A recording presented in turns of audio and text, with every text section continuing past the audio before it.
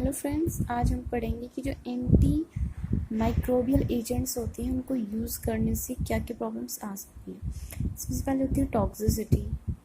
Toxic उनका ये कोई भी रिएक्शन रह सकती है, वो दो तरीके से हो सकती है, लोकल इरिटेंसी, लोकल इरिटेशन और सिस्टमिक टॉक्सिसिटी। जो लोकल इरिटेशन होती है वो कहाँ पर होगी? लोकली होगी, पर्टिकुलर जगह पे होगी, साइट ऑफ एडमिनिस्ट्रेशन, जहाँ भी हमने ड्रग दिया, अगर हमने IM दिया, हमने इंट्रामस्कुलरली वो दी है, IV दी है, उस साइट पे गैस्ट्रिक इरिटेशन या पेन या abscess formation at the site of IM injection. Thrombophlebitis of injected when, जो भी वेन जहाँ पे हमने इंजेक्शन लगाया है, इंजेक्ट की है वेन, वहाँ पे thrombophlebitis. Thrombophlebitis is a condition where there occurs the formation of blood clot in that vein, okay, which may lead to the blockage of vein.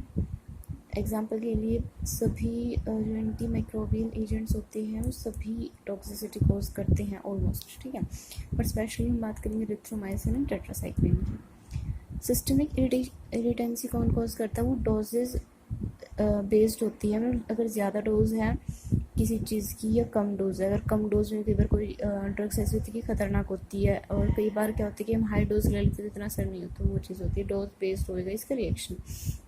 तो जो हाई थेराप्यूटिक इंडेक्स है जिनका, मतलब उनको हाई क्वांटिटी में use कर सकते हैं, उसमें आएंगे पेनिसिलिन, सेफेलोस्पोरिन्स एंड एरिथ्रोमाइसिन।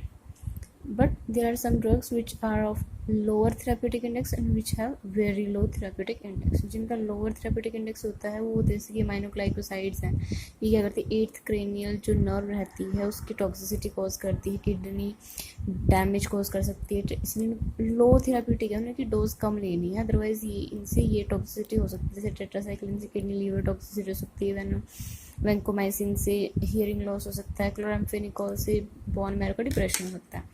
ये रहेगा वेरी लो थेराप्यूटिक इंडेक्स वाली रहेंगी हमारी पोलीमाइक्सिन B एंड एम्फोटेरिसिन B, क्योंकि न्यूरोलॉजिकल टॉक्सिसिटी कॉज करते हैं और किडनी की टॉक्सिसिटी करते हैं। सेकेंड रहता है हाइपर सेंसिटिविटी रिएक्शन रहती है इन ड्रग्स के यूज़ की वजह से, प्रैक्टिकली ऑल एमाज कोज करती हैं और इनकी डोज बेस्ड नहीं होती हैं, ये अनप्रेडिक्टेबल रिएक्शन होती हैं, रैश से लेकर एनाफाइलेक्टिक शॉक कोज कर सकती हैं।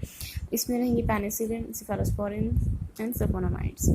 थर्ड जो रिएक्शन इनकी रहती है या जो भी इनका प्रॉब्लम रहती है इनको यूज़ करने से, वो ड्रग रेजिस्टेंस। कई बार जैसे माइक्रो ऑर्गेनिज्म के अगेंस्ट एंटी माइक्रोबियल एजेंट या ड्रग हम चला रहे हैं, उसके अगेंस्ट माइक्रो ऑर्गेनिज्म क्या हो जाता है, रेजिस्टेंट हो जाता है, अनरिस्पॉन्सिव हो जाता है। तो दो तरीके से हो सकता है, नेचुरली भी हो सकता है, एक्वायर्ड भी हो सकता है। नेचुरली जैसे कि मान लो हमें पता है कि हर ड्रग का अपने एक मैकेनिज्म होता है, किस बेस पे एक्शन करते हैं। कुछ होती हैं जो पर्टिकुलर माइक्रो ऑर्गेनिज्म की सेल वॉल पे एक्ट करते हैं, कुछ उनके मेटाबॉलिज्म पे एक्ट करते हैं। अगर उस माइक्रोब में वो मेटाबॉलिक प्रोसेस होती ही नहीं है तो उस ड्रग से उसके ऊपर कोई असर होगा ही, तो नेचुरली जो है रेजिस्टेंट हो गया उसका।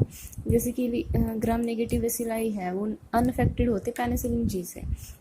इसी तरह जो एरोबिक ऑर्गेनिजम्स होते हैं उनको वो अफेक्ट नहीं होते मेट्रोनिडाजोल से। सिमिलरली और भी एग्जांपल्स रहेंगे, और इनका कोई क्लिनिकल प्रॉब्लम नहीं, क्योंकि बस हमने दवाई दी, उसका उस ऑर्गेनिज्म पे कुछ एक्शन नहीं हुआ, बस दैट्स इट, इससे कोई दिक्कत नहीं होगी।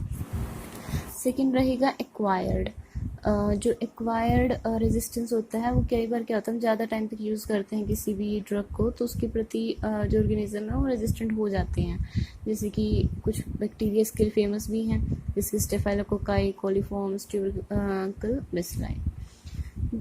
अब जो रेजिस्टेंट होते हैं वो दो रेजिस्टेंस जो उनके अंदर प्रोड्यूस हुआ है, क्यों हुआ है? तो उनमें कोई ना कोई म्यूटेशन हो गई या कोई जीन ट्रांसफ़र हो गया है, ठीक है, और उसके बेसिस पे जो ऑर्गेनिज्म में चेंज हुआ है वो चाहे तो वो ड्रग टॉलरेंट बन चुके हैं, ड्रग डिस्ट्रॉइंग हो चुके हैं, ड्रग परमिएबल हो चुके हैं। ड्रग टॉलरेंट होती है, वो टॉलरेट कर सकते हैं, उनका उनके ऊपर असर नहीं होता है, ठीक है।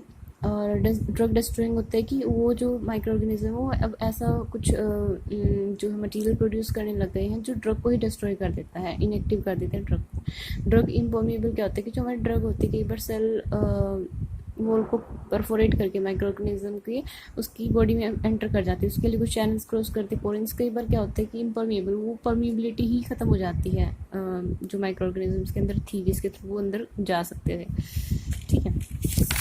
उसके बाद जो रहेंगे और प्रॉब्लम्स में रहेंगी कि सुपर इन्फेक्शन कोज होता है AMS के यूज़ की वजह से। सुपर इन्फेक्शन होती है, एक इन्फेक्शन खत्म होता है या हो या ना हो, लेकिन दूसरा इन्फेक्शन शुरू हो जाता है। वैसे क्यों होता है कि हमारी बॉडी में क्या होता है, कुछ फ्लोराज प्रेजेंट होते हैं जहाँ पे कुछ नेचुरल बैक्टीरिया रहते हैं जो हमारे लिए बेनिफिशियल है, बट वो कई बार वो ख़त्म हो जाते हैं जिसकी वजह से इन्फेक्शन हो सकता है। जैसे कि हमने टेट्रासाइक्लिन यूज़ की, इलियम के अंदर उसका इनकम्प्लीट एब्जॉर्प्शन हुआ, बट उसकी हाई अमाउंट कहाँ चली गई, लोअर बाउल में, और वहाँ जाके उसने क्या किया, क्रोनिक जो बैक्टीरिया थे उनको सप्रेस कर दिया। क्रोनिक बैक्टीरिया हमारे लिए यूज़फुल थे, वहाँ पे इन्फेक्शन हो गया।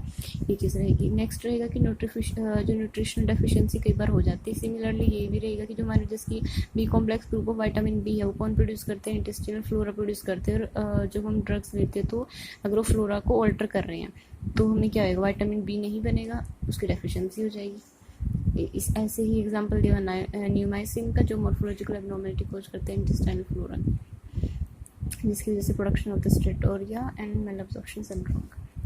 नेक्स्ट रहेगा मास्किंग ऑफ एन इन्फेक्शन को मास्क कर देना। कैसे, अगर हमने एक शॉर्ट कोर्स लिया एंटीमाइक्रोबियल एजेंट्स का जो सफिशेंट था, जिस भी हम इन्फेक्शन को ट्रीट करना था उसको ट्रीटमेंट होगी, बट उसने क्या किया, दूसरी जो इन्फेक्शन था उसको सप्रेस कर दिया, रोक दिया।